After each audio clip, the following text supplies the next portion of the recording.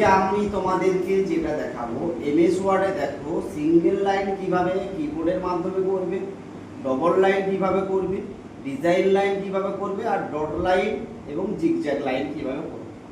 সর্বপ্রথম দেখো single line করার জন্য কিবোর্ডে তিনটা আমরা মাইনাস দেব, তারপর এন্টার দিলে দেখো সিঙ্গেল লাইন হলো। ডবল লাইনের জন্য আমরা করব তিনটা ইকুয়াল টু দেব, এন্টার দেব, ডবল লাইন হলো। ডিজাইন লাইনের জন্য আমরা দেব তিনটা হ্যাশ চিহ্ন দেব,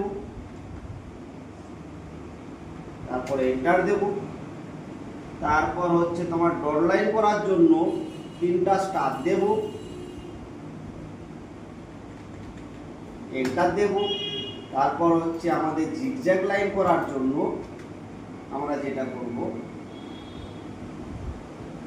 তিনটা জিগজ্যাগ চিহ্ন দেব, এন্টার দেব।